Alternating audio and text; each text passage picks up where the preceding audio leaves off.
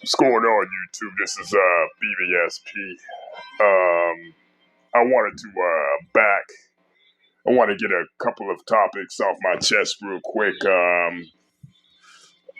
Kevin Durant recently came back from his calf. What is it? A knee injury, knee sprain, a high knee sprain, and the Brooklyn Nets are starting to try to right the ship and everything as far as like playing, them being the play-in, them moving up in the standings or whatever, right?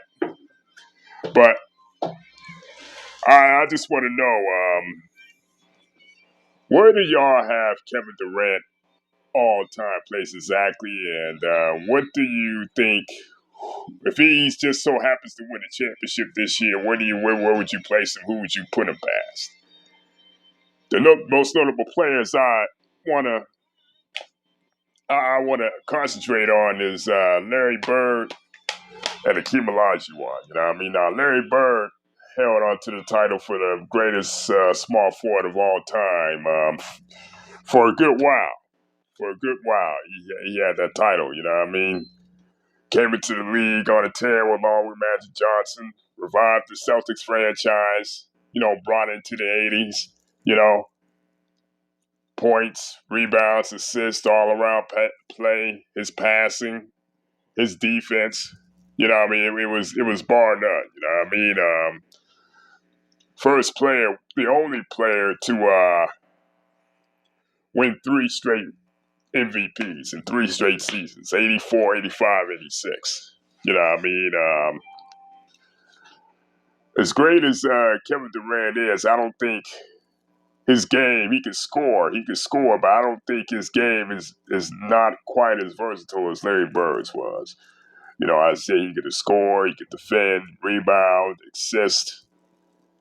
You know what I mean? And Larry Bird is a very underrated playmaker. You know what I mean? Now, KD, he's all right in that department, whatever. But I just feel like Larry Bird was on another level and shit. You know what I mean? He, especially that '84 season, man. That '84 season, he basically took over the league, man. That was the first of his first three MVPs and shit. You know, and it wasn't even close. Say from like 82 to like 85, he had a case for being the best player in the NBA. Of course, you had Moses Malone, you had, of course, Magic, still had Kareem, still had Julius Erving, even though Julius Erving was approaching the twilight of his career, the twilight of his career and shit. For me, it's just when you look at the versatility of Bird's game, man, you know what I mean? It's a very hard sell on me to say that Kevin Durant is going to surpass him all time. You know what I mean? He's already recently had 25,000 points, you know? And you think with somebody as talented as KD, right? You think he would really be moving up that scoring list like LeBron and everything, you know what I mean? And LeBron is supposedly not a pure scorer, you know what I mean? LeBron is, he's more of a mode of a Magic Johnson, you know? But yeah, I don't know. It's gonna be a very hard sell. Also, it's gonna be a very hard sell for KD for Hakeem Olajuwon for me. You know what I mean? Yeah, Hakeem had some hardships early on in his career. He made the finals like his third year in the league. No, second year in the league. Second year in the league. The Twin Towers with Ralph Sampson and all them guys. Made the finals, upsetting the Lakers in '86. Got to the finals. Had some down years after that. There was a point to where Hakeem Olajuwon didn't have a Hall of Fame trajectory because the Houston Rockets were so bad. But I say about around 1990, 91, you can see he started to really get himself up in the upper echelon of all-time greats. You know what I mean? Even though the Rockets really didn't become elite till around when Rudy Tomjanovich became the head coach around the 92 season, something like that. I'm not sure, but it was around that time where you started to see Hakeem to take his game to another level. You know what I mean? And it all culminated with a Defensive Player of the Year MVP and a championship in '94. You know, now you want to talk about a carry job? That's a carry job right there with Hakeem Olajuwaun. You know what I mean? The only thing that's them back-to-back titles really enhanced his legacy. You know, '94, '95. You know what I mean? And the Terry went on, especially '95. Man, it was nothing like how I seen before. You know what I mean? A number 6 seed going all the way to the finals and winning. And think about the teams he had to go through. 60-win Utah team. Karl Malone and John Stockton at their peak.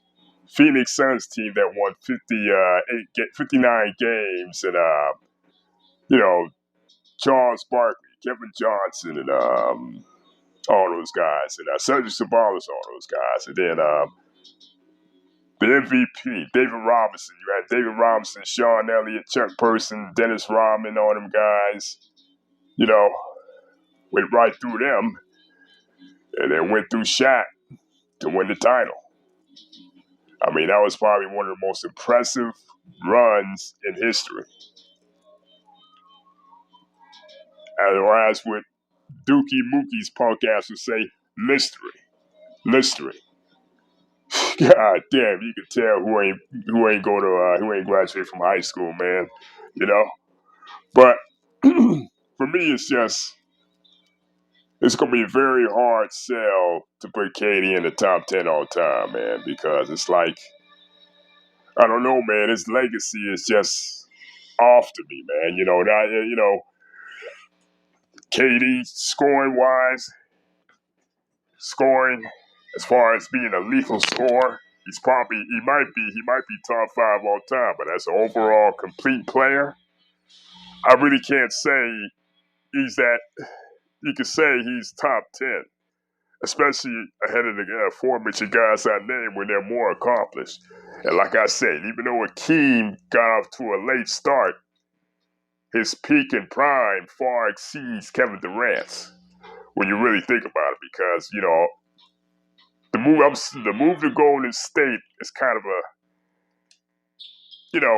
I don't blame him for leaving OKC. You know what I mean? Because at the end of the day, I'm not one of these guys to where you got to stand 10 toes down on one team and shit, being for one team. You know what I mean? I'm not knocking the players who've done that shit. But I don't believe in all this shit. You gotta be with one franchise. You gotta show loyalty to one franchise when a lot of these franchises trade your ass in a heartbeat. You know, I say it's fair game in that regard. But it's who Kevin Durant went to, man. You know what I mean?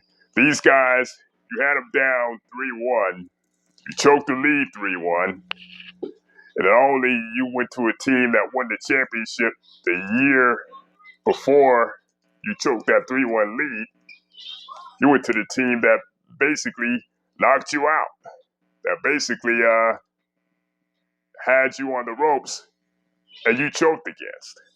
You know, for me, it's just I don't know, man. KD's on-time standing and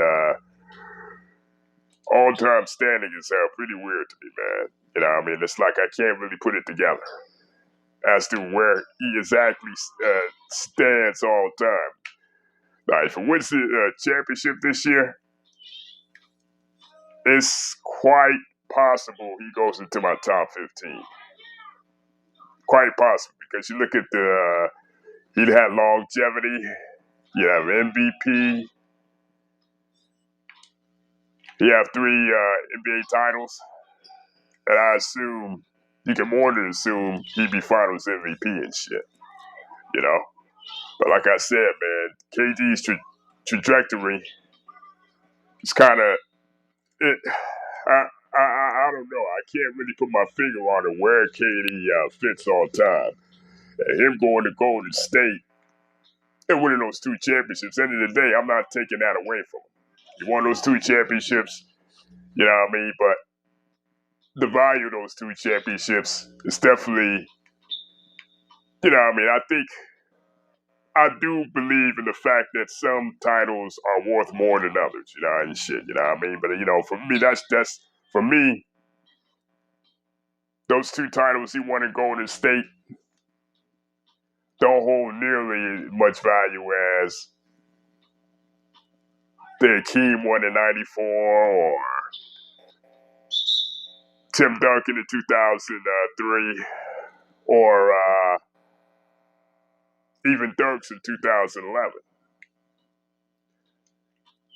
Just some titles hold more weight than others, you know what I mean? And even LeBron's title in 2016. LeBron's title in 2016 holds more weight than the two KD won in Golden State.